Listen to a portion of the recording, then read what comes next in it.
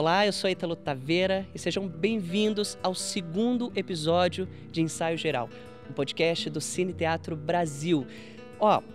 No primeiro episódio a gente conversou com Eduardo Moreira, do Grupo Galpão, sobre teatro. Inclusive, se você ainda não ouviu, já salva na sua playlist para ouvir depois. Hoje a gente vai falar sobre música. Gente, quem não gosta de ouvir uma boa música, né? Eu vou confessar para vocês que a minha vida é feita de trilha sonora, tá? Eu tenho uma playlist para cada momento dela. Tô falando verdade. Agora, se tem um assunto que o nosso convidado de hoje, eu acho que ele poderia falar por horas, é sobre música. Partituras, notas musicais, do erudito ao popular. Inclusive, eu acho que, ouso dizer, que é uma das grandes habilidades dele, de unir o erudito ao popular e tirar disso uma mistura digna de ser aplaudida de pé. Eu digo isso por experiência própria. Já vi tudo acontecendo na minha frente.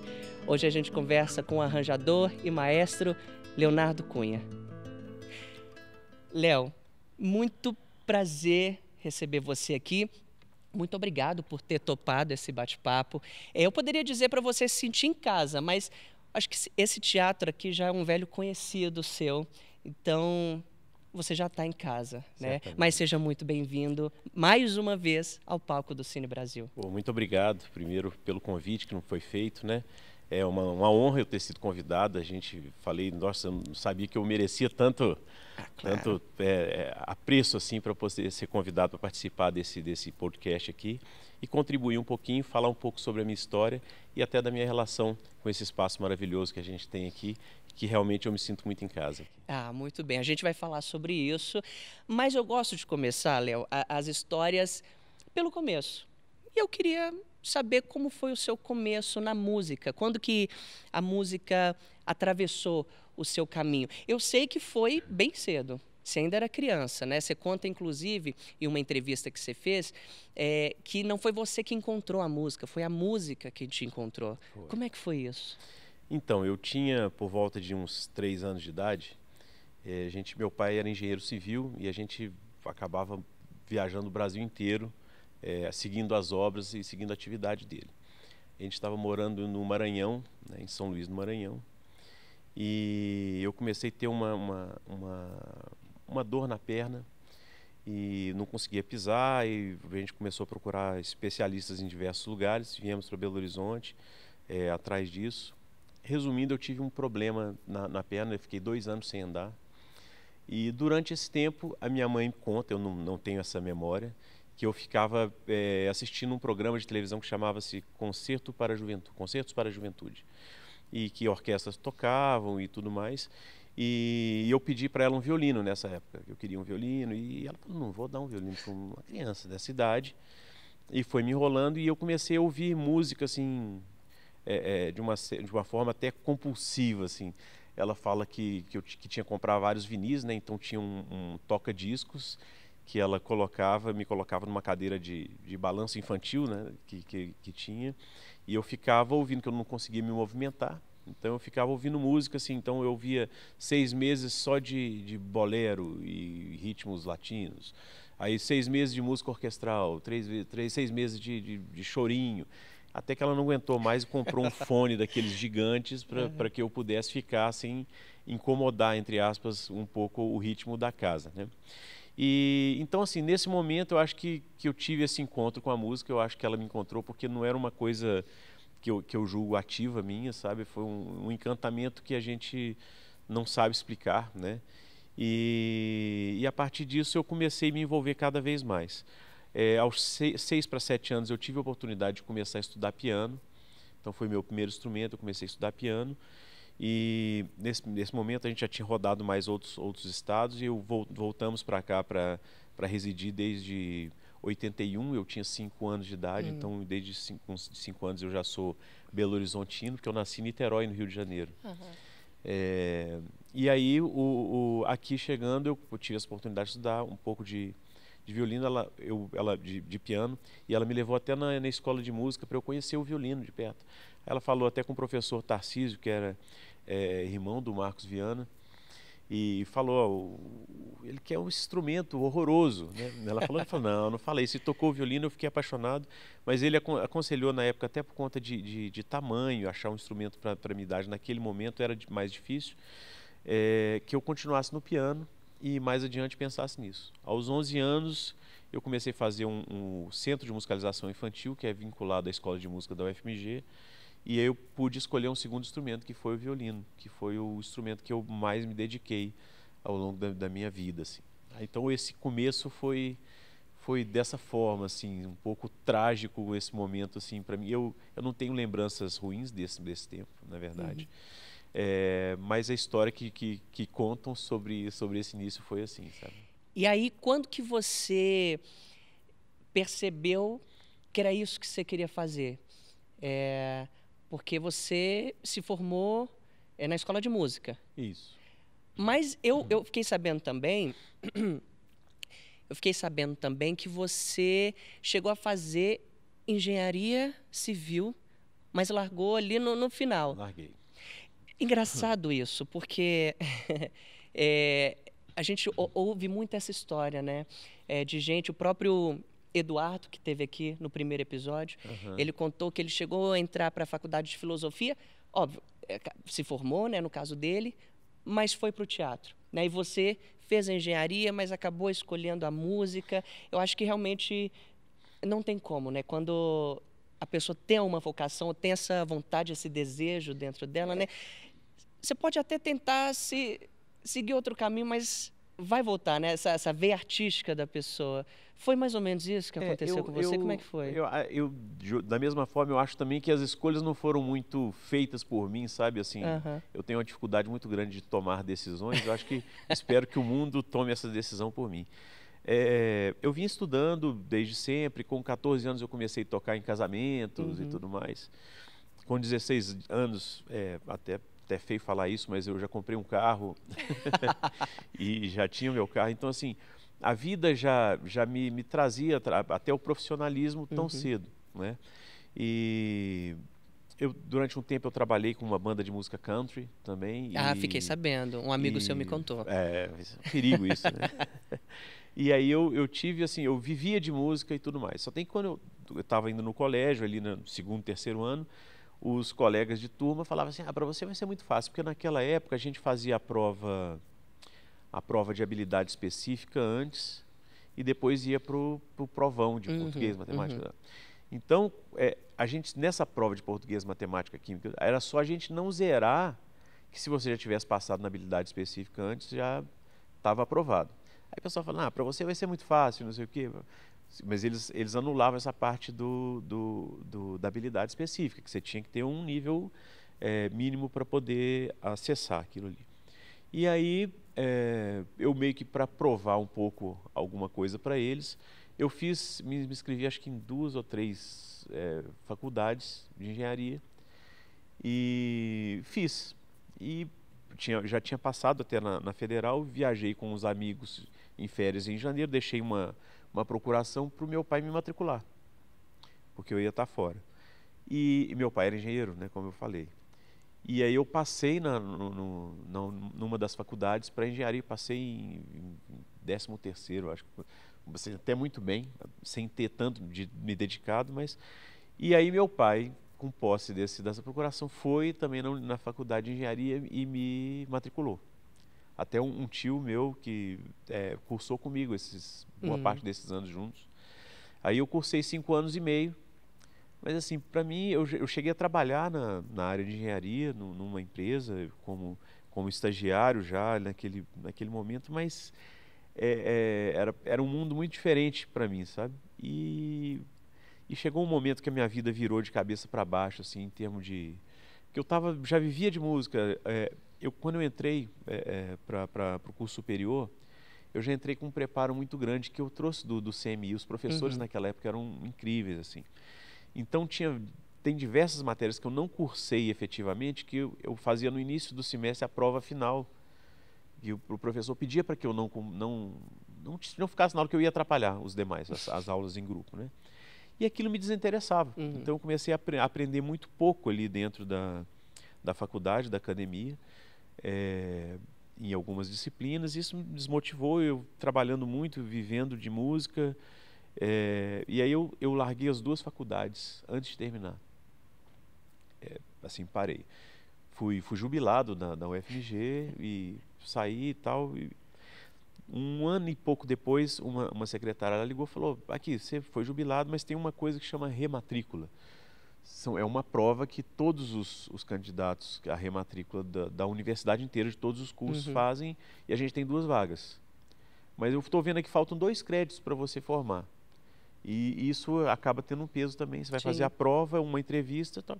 E aí eu passei nessa prova e eu terminei a música e emendei no mestrado direto. Aí eu ganhei um ânimo com isso, sabe? E a engenharia eu nunca mais procurei. Acabou que o mestrado eu fiz juntando um pouco dos conhecimentos de física que eu tive lá da engenharia, alguma coisa, que eu escrevi mais sobre acústica. Então foi bastante proveitoso para mim. Aí, viu, ó, isso prova um pouco a minha teoria. Foi jubilado, quase não fez, mas aí alguém, né, o destino foi lá e falou: não, vou te dar mais uma chance. Isso mesmo. E aí você formou em violino. Violino. Né? Qual que foi esse momento que você entendeu que você gostaria de ser arranjador, maestro? Como é que veio isso? Então, como é que você entendeu esse momento dessa transição, né? Falando... Desde os meus 13 anos, eu estudava no sistema de ensino arquidiocesano, que hoje são os colégios Santa Maria. Antes era o sistema arquidiocesano, eu estudava no colégio arquidiocesano do Planalto, tinham vários colégios, e eles tinham um coral que funcionava no colégio Santa Maria da Floresta. E aí eles me convidaram para ser o pianista desse coral. Então, eu com 13 anos fui ser o pianista do coral e eles me deram bolsa. Então, desde os 13 até o final do 2º grau eu não paguei escola. Né? Foi bom para os meus pais também com isso. E nesse coral eu tocava e de vez em quando eu tinha que pegar a caneta e fazer alguns arranjos, alguma coisa para o coro cantar e tudo mais. Então, naquele momento eu já comecei a escrever. Então, eu comecei a escrever principalmente para coral durante o início dessa minha relação com os arranjos. Foi isso, muito coral. Na banda que a gente fazia também, eram 4 cantores, a gente faziam muitos vocais juntos, um pouco influenciados por Bee Gees, por o Roupa Nova. Então, assim, aquela coisa de todo mundo estar cantando o tempo todo. Então, eu acabava escrevendo os arranjos e tudo mais. Inclusive, hoje você tem até um livro, né, de arranjos. Eu não fiz mais livros por preguiça mesmo e relaxamento, porque eu tenho tantos outros arranjos para poder fazer, assim, outros livros, outros volumes, né? E, na verdade, a regência veio a partir daí. Porque eu escrevia um arranjo e entregava, e quando o arranjo era executado, não era tudo aquilo que eu pensei. Eu falei, poxa, aí eu comecei a ter a necessidade de meter a mão na massa, de fazer acontecer como eu gostaria, né? Então foi daí que veio, na verdade, essa questão da regência. Ela veio tardiamente, muito em função desse desejo de ouvir só os arranjos como eu gostaria. Boa. E aí, fazendo um salto para 2006, surgiu a Orquestra Opus, né? Isso. Como é que foi isso? Essa ideia partiu de você? Com qual objetivo, né? Qual foi o objetivo de criar uma orquestra? Então, foram 2 objetivos, assim, primordialmente.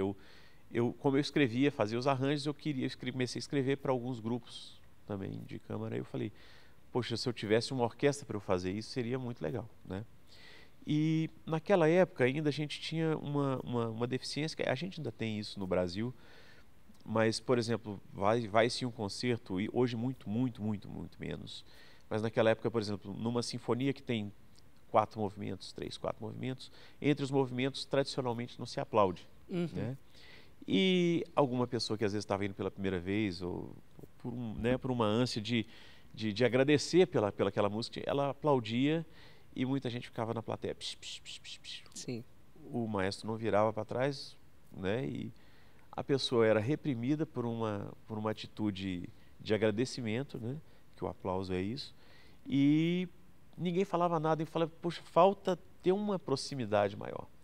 E aí a gente criou, junto com a Orquestra Opus, o projeto Orquestrando Brasil, Sim. que era um projeto que a gente circulou por mais de uma década, rodando muito pelo interior de Minas, principalmente, que era onde estava mais perto, mas fomos no Espírito Santo, fomos São Paulo, Rio de Janeiro, e a gente ia interior, cidade às vezes que nunca tinha passado uma orquestra, a gente fazia questão de ir. Então era um grupo um pouco menor do que a gente trabalha hoje, e eram 15 pessoas, mas a gente às vezes tinha a oportunidade de criar um primeiro contato de um público, de uma população, de uma cidade, com a música orquestral, né?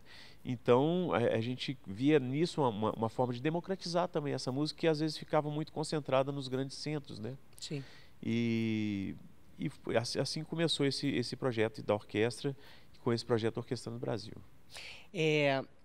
Bom, ano que vem, né? Então a orquestra completa 20 anos, né? Nesses 20 anos de atividade, você sentiu, pensando lá no início, né, e vendo hoje, você sentiu então uma mudança desse público em relação a essa a própria Sim. receptividade, né, a música de orquestra, enfim? Hoje na nossa cidade nós temos aí pelo menos umas 6, 7 orquestras funcionando a todo vapor, né, de instituições mantenedoras. Então tem muito acesso, ainda que as pessoas, muita gente não se sinta preparada para entrar num teatro, às vezes, para assistir um espetáculo, mesmo que gratuito. Ela não se sente preparada, acha que aquilo não é para ela. Então, ainda existe um trabalho grande a ser feito, mas hoje tem grandes orquestras orquestras maravilhosas na nossa cidade, que têm um reconhecimento e têm um público cativo, e isso é muito, muito legal, né? Assim, aquele projeto que a Orquestra Sinfônica tinha no parque também, por exemplo, eu acho maravilhoso. É verdade. Porque quando a gente vai para a rua, igual a gente vai ter a oportunidade de fazer agora de novo, com nossa parceria com o Cine Brasil, com o Paulinho Mosca, quando a gente vai para a rua, é muito bom que você pega uma pessoa que saiu de casa sem a menor intenção de assistir um concerto de uma orquestra, e ela vai passar, ela vai diminuir o passo, vai começar a ouvir, e aí ela ouve alguma música que ou ela reconhece, ou que o ritmo da música traga uma familiaridade para ela, um conforto, que ela assiste, e às vezes ali ela está tendo o primeiro contato com a música de concerto, mas de uma forma muito mais amistosa, muito mais próxima, né? Eu acho que isso é ótimo também, né, para essa formação de público, de fato, né, que é aquela coisa, se o público não vai, né, até as casas, né, de apresentações, mas por aí N motivos, por talvez não se sentir pertencente àquele lugar, ou enfim. Acho que trazer, né, levar para fora, para os parques, para as praças. O poeta já dizia, né? O artista tem que ir onde o povo está. Onde o povo está, Então, exatamente. E aí, falando então né, já que a gente falou praça, parque e tudo mais, eu quero saber da cidade, que nesse podcast a gente fala muito também sobre a cidade e a relação com os diversos tipos de arte. Eu queria saber, você veio para cá muito novo, né? Isso. Eu queria saber o que Belo Horizonte, né, tem a ver um pouco com essa sua formação, né, como músico, como regente. Se Belo Horizonte de alguma forma te influencia ou te inspira em algum arranjo, ou em você continuar com esse seu trabalho na orquestra, enfim. Então, eu acho que a principal contribuição da cidade e do Estado para a música que eu vivencio, tem relação com esses grandes compositores que a gente tem aqui. Porque, querendo ou não, aqui a gente ouve essa turma muito mais de perto, né? E isso a gente vai bebendo dessa fonte. E eu falo sempre assim que escrever um arranjo, até os compositores mesmo, assim, quase nada hoje se inventa, né? Tudo se transforma a partir do que a gente já vivenciou. Então, quando eu penso numa frase musical, eu não falo que ela é minha, mas certamente ela foi formada de tudo que a gente já ouviu. Então, isso é uma das importâncias assim, da gente ouvir muita coisa, né? E aqui eu tive, além de vivenciar as músicas que eu ouvi, eu pude conhecer grandes compositores. E quando eu faço arranjo, isso é muito curioso, assim, porque eu tenho que ouvir muito aquela música, e aí às vezes eu fico eu vou entrando de um jeito na obra do artista que eu vou entendendo às vezes até o que ele pensou ali, sabe, em termos de puxa, eu acho que ele pensou nisso aqui. E às Sim. vezes eu comento isso com alguns deles, assim, fala, cara, porque por exemplo, um acorde no violão ele pode soar sofisticado, mas ele é um acorde simples que mudou o lugar e aí ele fica com uma cor diferente. E aí quando a gente ouve, e com o meu primeiro instrumento é o piano, eu fico ouvindo e pensando no piano, né? E aí fica uma coisa sofisticada assim. Aí depois que peraí, mas aí quando você faz no violão é simples e natural, você fala, puxa vida, acho que você estava com o violão no colo quando você compôs isso, né? Então, isso influencia muito, assim, Sim. né? As harmonias do Clube da Esquina, eu acho que a gente Com não tem certeza. como fugir disso, né? A Uhum. gente tem os grandes mestres aí da harmonia, né? O Toninho Horta e tudo mais. Então, isso acaba influenciando também na gente, né? E a cidade, ela pulsa uma tranquilidade, apesar de cada dia mais estar uma cidade movimentada e tudo mais. Quando a gente vai para outros centros, a gente sente um desconforto. Que aqui, muita gente, tanto que grandes, o Jota Quest, o Skank, eles não precisaram de sair daqui e fazem questão de estar aqui por uma tranquilidade que a cidade passa, apesar de estar sempre crescendo, sempre movimentada. Ela tem um acolhimento que eu acho que é muito Sim. peculiar. Acho Belo que Horizonte é essa cidade grande, mas que tem a alma de interior mesmo, né? Também. tem uma coisa diferente. O próprio Caetano recentemente falou que o melhor público do Brasil é de Belo Horizonte, né? Então, assim, parece suspeito ele falar nisso aqui, mas eu vi outras entrevistas dele em outros lugares comentando isso também. E tantas outras pessoas já falaram disso também. Então, é uma cidade que acolhe também Sim. essa música que a gente faz, né? Agora, para a gente finalizar esse primeiro bloco, depois a gente vai conversar. Eu quero saber mais do projeto Orquestra Opus Convida, seu processo criativo, enfim. Mas só para a gente finalizar esse bloco, eu queria saber agora da sua relação com o Cine Brasil, né? Eu brinquei com você que você já está em casa aqui, né? Porque você já se apresentou muito aqui, mas eu queria ouvir de você como é que é a sua relação. Não sei se você veio aqui na época que ainda era um cinema, não sei se você já estava aqui em Belo Horizonte, mas eu queria que você contasse para a gente essa relação antiga e atual também, né? Porque realmente esse palco é a sua casa. Com certeza. Então, assim, eu tenho uma lembrança de entrar pela esquina da Praça 7 ali e com minha mãe para assistir a estreia do filme E.T. Eu acho que isso deve ter sido por volta de 85. Então eu tinha aí uns 8, 9 anos. Eu acho que foi isso. Eu já não lembro eu lembro de uma coisa que o filme era legendado, ele não era dublê, e aí eu não conseguia ler rápido o suficiente para conseguir acompanhar. Mas assim, o visual já passa a mensagem tanto, né? Então eu tenho essa lembrança de vir aqui antes do cine fechado. E depois eu retornei aqui a convite da Sandra, né, que para a gente fazer os 5 anos de reinauguração depois da reforma, da reabertura,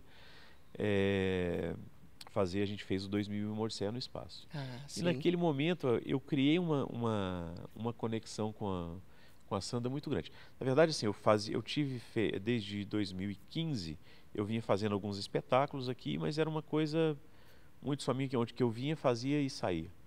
A partir desse convite da Sandra, a gente criou uma conexão muito grande. Eu tive uma filhinha que ela nasceu com algumas questões de saúde, precisou de fazer cirurgia e tal. E foi no meio desses dias de ensaios e desse espetáculo aqui que a gente fez. E a Sandra teve um carinho muito grande comigo, com ela, e a gente criou uma relação muito grande. E a partir disso, com a recorrência da nossa vinda aqui, a gente foi fazendo amigos aqui com a equipe técnica, com todo mundo, pessoal lá de cima do escritório, que sempre trata a gente muito bem. Então, criou uma relação muito especial também, né? E, assim, o Cine Brasil, eu falo que ele é o melhor teatro de Belo Horizonte para a gente assistir um espetáculo, né? Para fazer, eu sou suspeito de falar, porque eu faço muito aqui, então isso é suspeito. Mas para assistir, sobretudo, a gente tem uma proximidade muito maior com o Sim. público. Tem teatros que a gente vai que você precisa de binóculo para assistir, né, para ver se o cara está lá mesmo, né? Porque tem É alguém se verdade, é movimentando lá na frente. verdade. Então, não é depreciando outros espaços, mas aqui tem um charme diferente, sabe? Eu acho que... Eu sou suspeito para falar também, Pois vou é. deixar com você. Mas tem um charme diferente, Sim. né, a gente chegar e olhar daqui do palco e ver essa casa cheia assim, e é muito legal que a gente consegue ver o rosto de quase todo mundo quando a luz acende na plateia. Dá para a gente ver os nossos amigos ali sentados e pessoas emocionadas às vezes, né? Risos e choros. Eu acho que isso é muito legal. A música traz isso, né? Tem um momento, uma música está todo mundo dançando, feliz, sorrindo, tem outra música quando você olha, tá todo mundo emocionado, chorando pode ser até de tristeza, né? De melancolia, de alguma coisa, mas acaba que quando a gente faz eu falo que é quase que uma lavagem na alma que a música faz, e as pessoas saem muito mais felizes e alimentadas, Sim. né? Agora é só a pessoa vindo aqui também para ter essa sensação, né? É isso.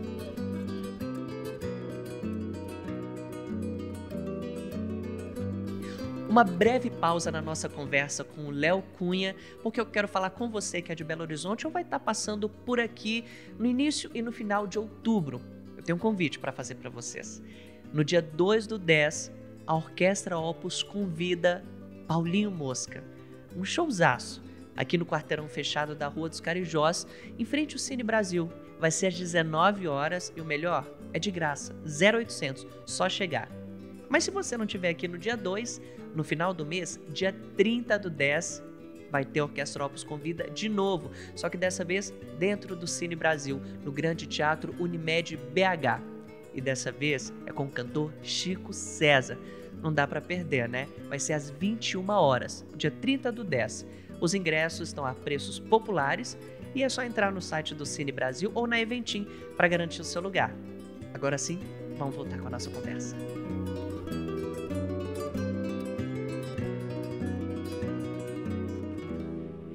Léo, agora a gente vai para a parte que eu gosto muito também, que é dos bastidores, do processo criativo, né?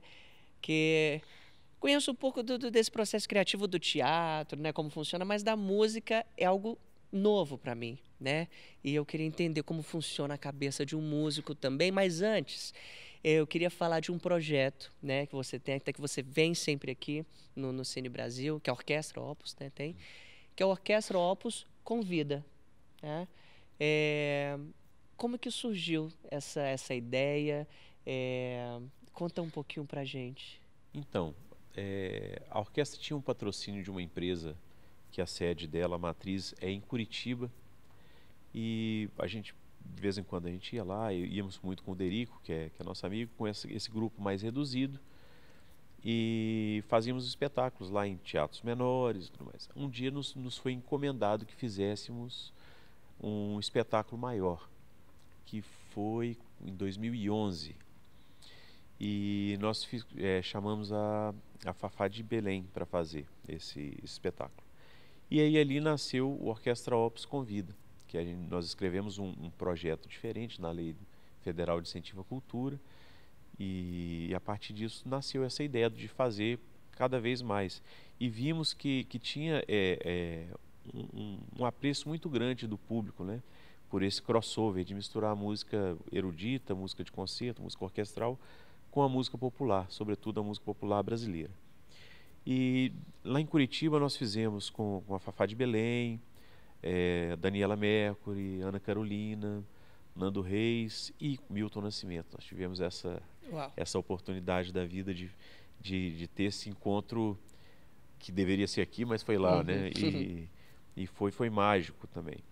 E depois de um tempo nós paramos de ter esse patrocínio dessa empresa, e na verdade todos os nossos patrocínios deram que uma cessada. Isso foi ali por volta de 2015, e aí em 2016 eu falei, ó, a gente pode só apagar a luz, fechar a porta, cruzar os braços e reclamar que o mundo é injusto, né? Ou tentar fazer alguma coisa diferente. E aí eu comecei a produzir esses espetáculos mesmo sem apoios de lei de incentivo e tudo mais. E foi aqui, inclusive, o primeiro que nós fizemos. Foi, inclusive, foi em como é que é? 2000, né? 2016, quando eu completei 40 anos de idade, no dia do meu aniversário. Presente, aqui, hein? Fizemos aqui com a Sandra de Sá. E foi um espetáculo lindo. Esse, particularmente, não deu tão certo, mas seguimos fazendo outros, voltaram alguns patrocínios, e aí a gente foi tentando fazer, porque isso até hoje acontece. Tem produções que eu faço sem apoios, que às vezes ela empata. Se ela empatar para mim todo o dinheiro que eu investi e eu não receber nada e fizer, para mim foi lucro. Sim.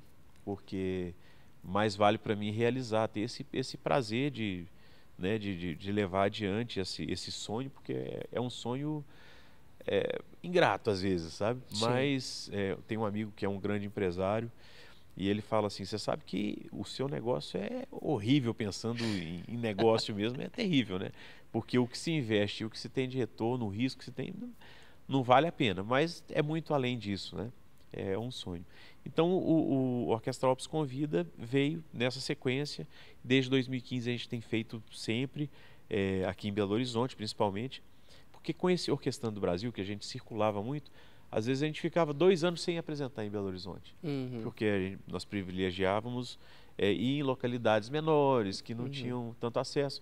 Então teve ano da gente fazer, eu estava mexendo recentemente em umas fotos, no mês de julho de, acho que 2012, uma coisa assim, nós fizemos 12 concertos em 12 cidades diferentes. Então, a gente ficava sem vir aqui. Eu fiz até umas aulas, um curso com o Avelar, Rômulo Avelar, que ele foi gestor de vários grupos aí, do Galpão, inclusive. Ele falou assim, mas você está fazendo uma coisa muito errada, porque você passa numa cidade e faz um espetáculo lá, talvez você nunca mais volte ali. E na sua cidade você não toca. E então ninguém vai ficar te conhecendo em lugar nenhum, né? E como a gente teve essa redução de patrocínios, a gente colocou mais o pé em Belo Horizonte. Hoje 90% dos espetáculos que a gente faz é em Belo Horizonte, né? E muito voltado para esse Orquestra Alpes Convida, porque o repertório sinfônico tradicional ele é executado de uma maneira muito magnífica, até pela Orquestra Sinfônica de Minas Gerais, pela Orquestra Filarmônica. Esse repertório já é abrangido. A parte de ópera, a Orquestra Sinfônica também se dedica a isso.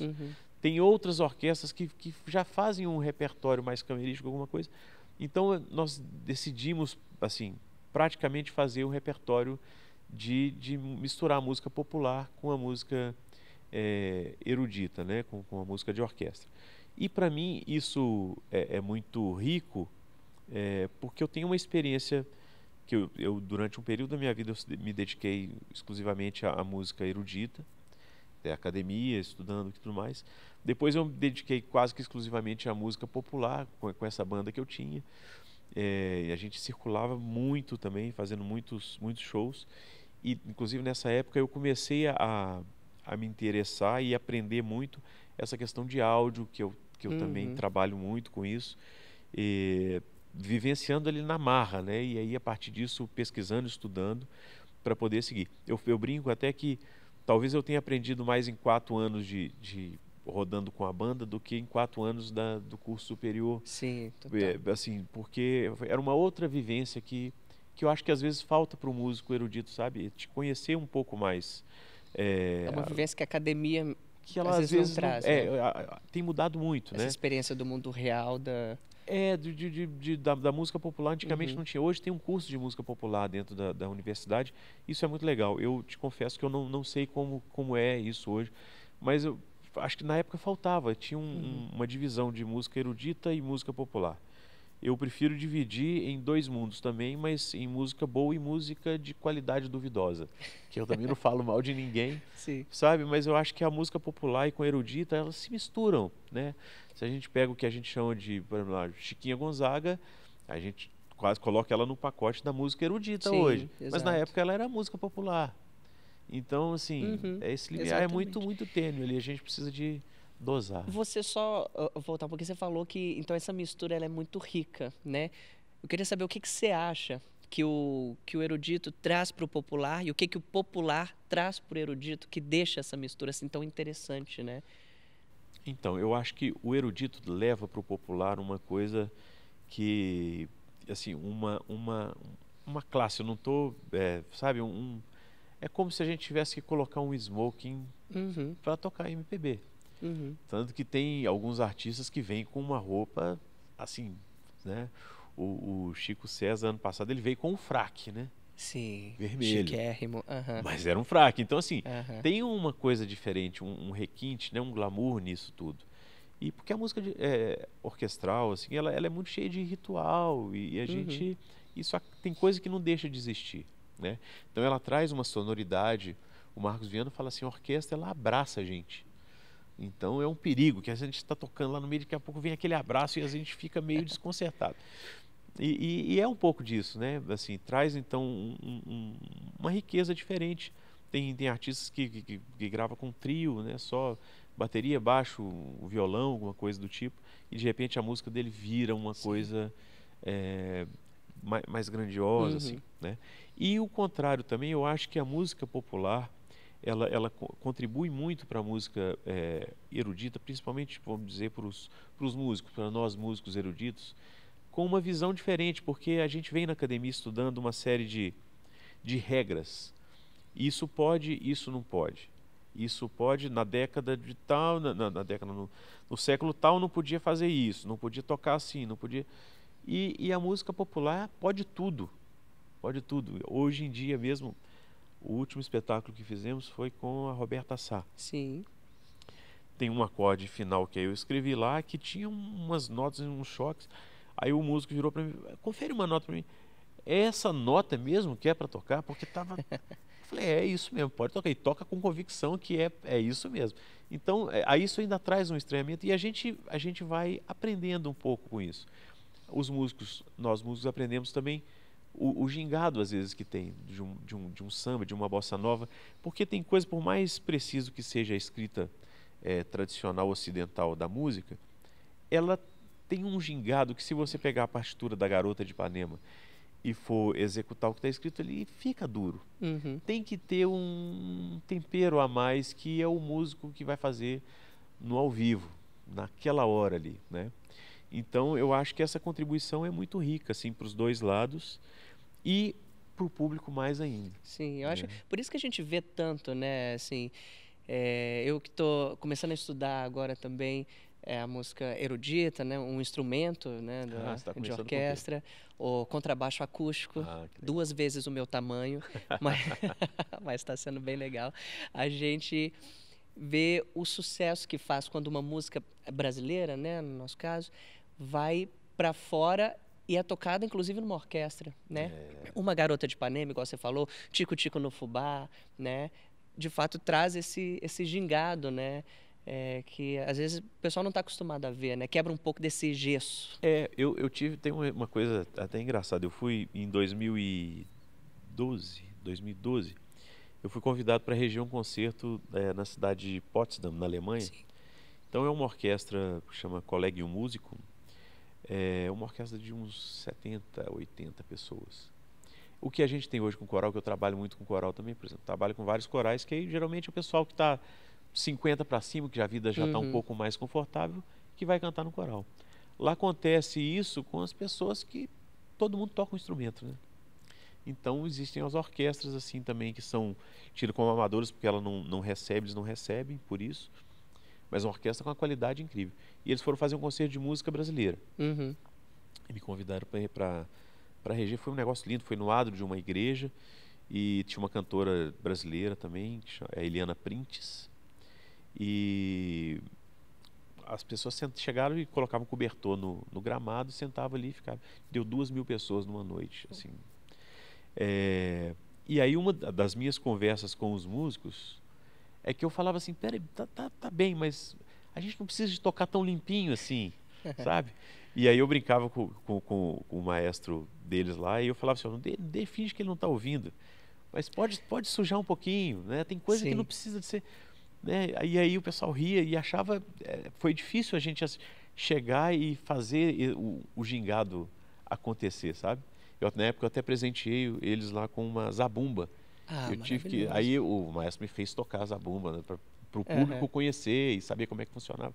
E aí nós tocamos uma música com a zabumba lá, o percussionista tocou a zabumba, ele veio até para frente para tocar. Então assim, esse gingado que a gente tem, sabe, na música Sim. popular, ele precisa de, eu acho que na música brasileira mais ainda, sabe? Uhum. Eu sou muito de puxar a sardinha para o lado da música brasileira, porque beleza, assim, a gente vai lá fora e ouve música brasileira, o mundo inteiro fala, mas, por exemplo, fala uma música popular espanhola aí, assim, não tem rock, tem música pop, mas, assim, que ganha o mundo inteiro, são poucas as músicas que têm essa entrada, tipo a música brasileira tem, o do samba. Então, assim, é muito legal a gente ter essa oportunidade aqui de vivenciar a música erudita com a música brasileira, né? Total, total. Agora, por falar nisso, né, na música brasileira, no Gingado, vocês já tocaram com vários artistas, né? E aí eu queria saber, agora passando para a parte do processo criativo mesmo, como é que Que é essa se parte dá, perigosa agora. como é que se dá essa, como é que você cria esses arranjos sem deixar de lado a identidade, né, do artista que está com você, a sonoridade dele, mas também sem deixar de lado os instrumentos da orquestra, né, o som da orquestra também. Então, Como é que se dá esse...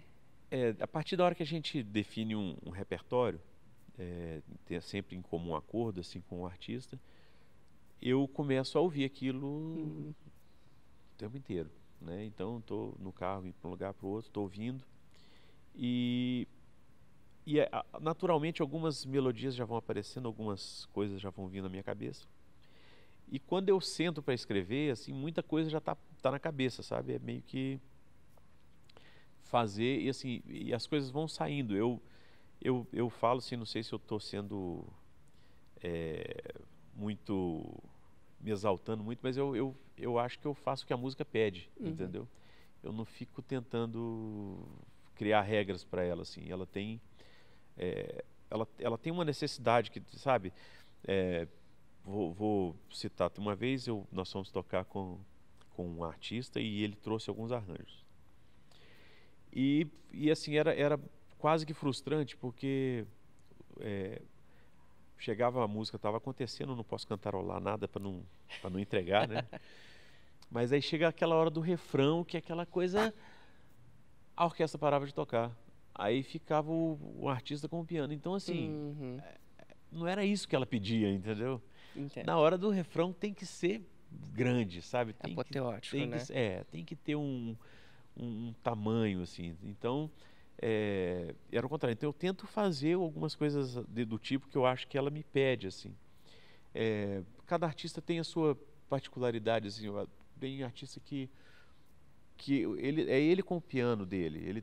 Então, eu deixo isso acontecer também. Uhum, E eu vou ornando por trás disso, né? Tem hora que ele sai também do protagonismo, mas tem hora que é ele com o uhum. piano. Então, assim, a gente vai deixando essas cores também aparecerem diferente. Sim, agora, você falou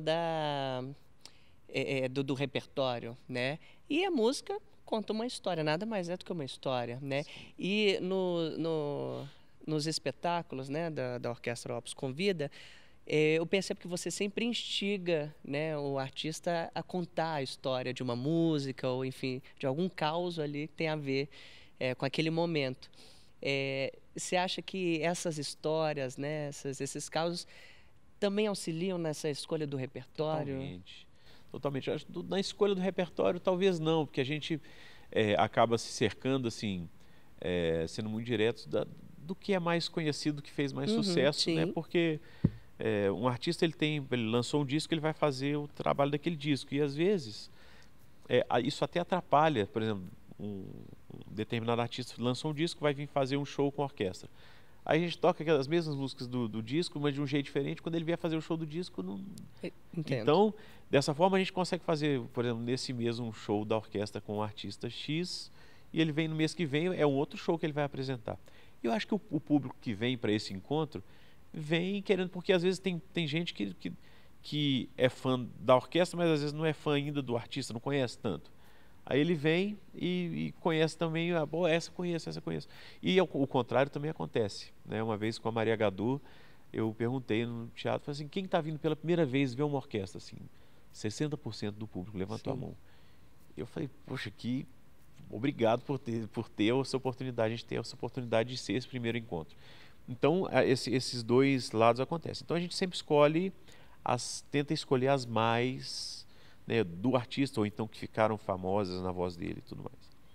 E, agora, essa coisa que eu sempre gosto de instigar realmente, deles falarem, de soltar um pouco a língua, alguns são mais tímidos, outros mais expansivos, mas primeiro porque tem uma história por trás, que eu acho que contribui muito para a gente entender até o contexto daquela música. Eu acho que para o público, isso é muito, assim, não vou falar que é mais rico, mas é uma somatória tão grande, porque para ouvir a música, às vezes a pessoa, o Zeca Pagodinho, que uma vez a gente estava tocando no Parque Exposição, em Uberlândia, e o show principal da noite era do Zeca. E a banda passando som lá, aquele somzão tão maravilhoso, e a gente na frente do palco ouvindo lá, e nada do Zeca, nada do Zeca. Aí o empresário estava louco, falando, não, o Zeca falou que não vem. Aí falou que não vem, falou, desce uma foto minha no palco aí, põe o pessoal para tocar aí, cara, eu não vou não. Mas assim, para você ouvir realmente só a música, você ouve no disco, vai com uma qualidade melhor. Mas eu acho que essa coisa de contar uma história traz muito do humano. Sim. Eu acho que a pessoa se apega muito mais a tudo que está Aproxima acontecendo. mais também, né? Então eu sempre gosto de realmente de instigar para contar, porque para a gente é tão rico, tem cada história maravilhosa por trás, né? Agora, a Orquestra Opus, então, ela está sempre fazendo parte da Mostra Cine Brasil, né, de teatro e música, com o projeto Orquestra Opus Convida, né, tudo mais. Tem algum, né, dentro dessa trajetória, teve algum show, enfim, alguma coisa algum arranjo que te marcou? Ou é difícil escolher? Porque, né, é muita... É difícil, cara. Porque, assim, boa parte desses artistas a gente já é fã de antes. Aí você entra na música da pessoa para escrever, ouve tanto, fica sabendo cria uma proximidade que é difícil a gente eleger assim para ser, né? Mas tiveram momentos muito muito bonitos aqui, assim, sabe, de emoção mesmo, assim, nosso na orquestra, do artista mesmo tá, sabe, com os olhos assim, tipo assim, o que aconteceu, sabe, assim, sabe aquela Sim. coisa que isso é muito rico, né? Quando a gente consegue ficar sem palavras para dizer sobre o que está acontecendo, né? Então, E realmente é muito bonito ver. Inclusive fica o convite, né, para quem ainda não veio conferir os shows da Orquestra Opus Convida, né, aqui na Mostra Cine Brasil, ou enfim, em outros lugares, de vir acompanhar, porque realmente você vê essa cumplicidade da orquestra com o artista e de fato essa surpresa, né? Porque eu consigo ver em muitos artistas essa satisfação de estar tocando com uma orquestra, que deve ser uma coisa incrível, né? Não é todo dia que se tem a oportunidade De tocar né? com uma... Exatamente, exatamente. Então, e eu acho que eles ficam muito surpresos, porque a gente tenta fazer de uma forma que não fique muito distante do mundo deles, assim, também. Porque a nossa formação de orquestra, ela é um pouco diferente da tradicional, né? Então, por exemplo, a gente coloca um baixo elétrico, coloca uma bateria, isso não faz parte de uma orquestra tradicional, né? Às vezes a gente coloca um piano, dependendo até uma guitarra, então isso traz isso é do mundo deles. Aí eles se ancoram ali, mas um monte de outras coisas acontecem. Então fica confortável para eles fazerem, mas eles ouvem tanta coisa diferente que isso cria um elemento novo, assim, que traz uma gratidão até por isso, né?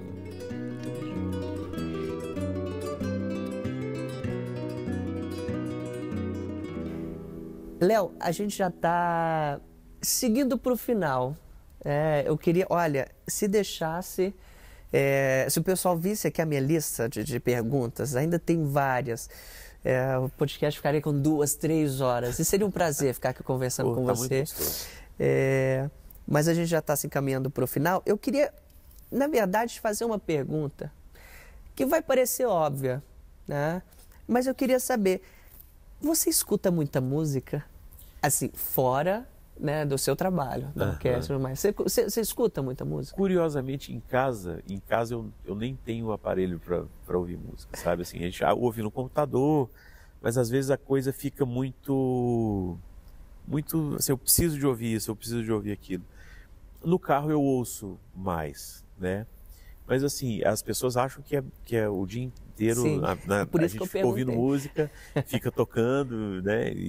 E para minha esposa fala assim, deve ser tão legal, ele deve tocar para você todo dia. Não, a vida não é assim, né? Mas eu tento sempre ouvir coisas diferentes, porque eu acho que às vezes a gente fica muito paralisado numa coisa só, sabe? Num estilo só. Isso atrapalha até a criatividade, assim. Então, é bom a gente ouvir coisas diferentes, sonoridades diferentes, sabe? Mas não é tanto quanto talvez você tenha sido o relator de uma dúvida de muitos, né? Sim. Mas não é tanto assim, não. Sim, muito bem. Agora, quais são suas referências, assim? Você consegue falar algumas pra gente enfim, nesse meio da música mesmo, de arranjo, da regência? Então, cara, eu falo que, assim, por exemplo, em termos de orquestração, tem um cara que eu aprecio demais, assim, que é o John Williams, né? Eu falo que se ele escreveu alguma coisa ruim, ele rasgou e jogou fora. E aí vem um outro dia, eu vi um vídeo de um francês aí, que o cara falando, senhor John Williams, você acha que é tão genial? Aí pega alguns trechos de alguns temas dele, que descobriu em uma sinfonia escondida lá, não sei o que, sabe, uma coisa assim próxima. Eu falei, cara, ninguém inventa mais nada, é aquela história, sabe? Tudo, nós somos somatória do que a gente já ouviu, assim, musicalmente falando. Então, mas ele tem um bom gosto, assim, para fazer as orquestrações, assim, as combinações que ele propõe. Eu gosto muito, assim, dele como orquestrador, assim, né? Eu acho que ele pega um tema que ele pensou ali na cozinha, ele pensou num lá, lá, lá, lá, lá, e ele transforma aquilo numa coisa assim mágica, né? Então ele é uma das minhas referências, assim, mas eu penso muito assim na hora de buscar a sonoridade que eu quero para a orquestra, assim, porque tem coisas que eu vou tentando combinar sons para chegar próximo ao que uma guitarra fez, sabe? Eu fico tentando às vezes brincar, não, isso aqui funcionaria.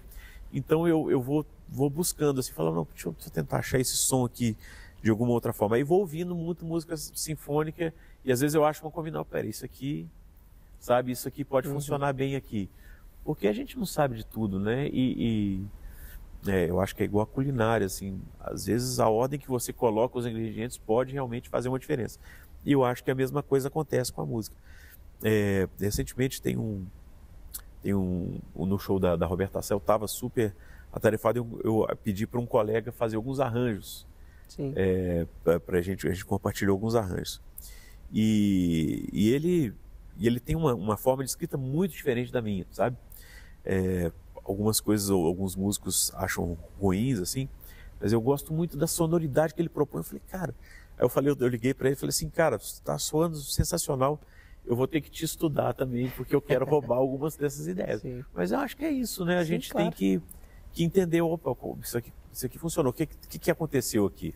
Entender o que aconteceu para a gente tentar usar, mas eu não consigo te falar assim as minhas grandes referências, porque eu sou principalmente na música brasileira, falando assim, eu sou fã de muitos artistas e alguns deles, com essa minha trajetória, eu tive a oportunidade de ficar até amigo, então a coisa fica ainda mais difícil, né? Porque as coisas se misturam ali. Agora, Mais uma perguntinha assim de curiosidade. Se você pudesse escolher um artista que ainda esteja vivo ou não para integrar o Orquestra Opus Convida, né, para cantar, tocar com vocês, quem que você escolheria? Vai parecer inveja. Vai parecer inveja. Mas assim, vou falar mais de um para não... Tudo bem, pode ser, eu deixo. Marisa Monte. Vai parecer inveja que ela tá vindo aí com a orquestra dela e eu morrendo de inveja aqui. Não somos nós, né? O Gil, o Caetano, sabe? São entidades do mesmo jeito que o Milton foi, sabe? Assim, o Milton foi uma coisa muito louca, que o início a gente tocava uma música instrumental com vários temas dele, eu escrevi vários temas assim, e a orquestra tocava, aí parávamos num ostinato, sabe o que é ostinato? Fica um trechinho que fica repetindo. Era o que eu ia dizer. E ele fica ali naquele. E aí o Bituca vinha andando assim, ele entrou devagarzinho, tinha um teleprompter para ele, e ele declamou um poema da Adélia Prado. E a gente entrava, eu já fico arrepiado, com Encontros e Despedidas. Uhum. E a gente tinha feito um ensaio com ele no dia, e o ensaio com ele no dia ele não abriu a boca. E aí eu falei, gente, será que ele vai cantar na hora? Ele falou, ele estava economizando, né? Sabe o que está fazendo. Quando ele começou a cantar Mande, eu olhei para o lado assim, por alguns segundos, eu falei assim, não acredito, sabe? Que aquela voz, que no colégio que eu estudava, não tinha, era sinal de campainha, não. Era coração de estudante. Então era o Bituca entre todas as aulas. Eu falei, caramba, assim... É sério que eu tô aqui com esse cara aqui do meu lado, sabe? Uhum. Por mais que eu já tinha estado com ele ali e tal, mas naquela hora ele cantando assim, deu uma coisa que você fala assim, puxa vida, então é o Gil, o Caetano, a Marisa Monte, o Djavan, sabe? Esses caras assim... Com certeza. Olha, mas eu confesso que você me deixou um pouco triste de não ter presenciado esse encontro de Bituca com a Orquestra Opus. Pois é, e você vai ficar mais triste sabendo que teve uma segunda vez aqui em Belo Horizonte, olha, mas realmente foi num outro teatro menor e era uma festa fechada particular. Poxa vida, realmente, né? Agora... E que tinha na plateia também grandes dos colegas dele, os amiguinhos dele, então estavam todos lá. Bom, agora é torcer então para vir algum desses desejos também. Puxa, Marisa Monte, Gil, ficaria muito feliz de acompanhar. É sempre um prazer ver a Orquestra Opus com tantos artistas assim, né? Eu queria que você deixasse esse convite, então, para as pessoas acompanharem. Tem algum lugar que a pessoa pode acompanhar? Então, acho que hoje o melhor lugar para acompanhar o nosso trabalho são as redes sociais, né? Uhum. Eu vou falar o Instagram, que a partir de lá a gente consegue ter acesso com todo mundo, que é @orquestraopus, OPUS, né? @orquestraopus, e lá a gente consegue saber da agenda da orquestra, do que a gente anda fazendo. É sempre uma porta aberta para conversar com a gente. Eu tento sempre que possível eu mesmo estar respondendo por ali. Tem outra pessoa que cuida também disso, mas na medida do possível eu gosto de estar ali. Inclusive eu fico brincando sempre no início do espetáculo, o pessoal postar e marcar a gente. Eu chego em casa, eu vou dormir 3 horas da manhã, que eu fico ali enquanto o Instagram deixa, eu estou assistindo e republicando aquilo ali, né? Então, que muitas vezes você está de costas também, né? Às vezes você não vê o que está acontecendo. Exatamente. Mas é isso. E assim, agradecer mais uma vez o convite que foi feito aqui. Agradecer ao Cine Brasil por essa parceria. Né? É uma parceria que a gente fica até, às vezes, com vergonha, porque o projeto Orquestra Opus Convida, ele já vem de antes. E aí dentro da mostra, a Sandra nos convidou e usou o nome do nosso projeto. Então tem muita gente que acha, inclusive, que é uma coisa nossa. E não é. É do teatro, que ela teve essa mesma ideia, mas ela manteve o nosso nome, sabe assim? Então, para a gente é mais um presente ainda ela ter mantido esse nome e nos dá a oportunidade de vivenciar tanta coisa incrível. Olha, foi um prazer te receber aqui, tá? Prazer. Muito obrigado. Como eu falei, eu acho que a gente vai ter que marcar um segundo episódio, tá, com você. Quem está assistindo vai aguentar porque isso. Nada, que tanta história, sabe? E ainda faltou muitas perguntas aqui. Então você vai ter que voltar em algum momento. Vamos. Mas muito obrigado. Eu que agradeço, viu? Mais uma vez. Volte sempre ao nosso ensaio geral e eu, logicamente, vou esperar você aqui para assistir a Orquestra Opus. Convida vários artistas ainda, tá? Se Deus quiser. Acompanhem Orquestra Opus, tá? Léo já deixou as redes sociais. Acompanhem também o Cine Brasil, saber quando vai ter Orquestra Opus Convida e também outros espetáculos da Mostra Cine Brasil de Teatro e Música. Não deixa de acompanhar. Eu fico por aqui e até o próximo ensaio geral.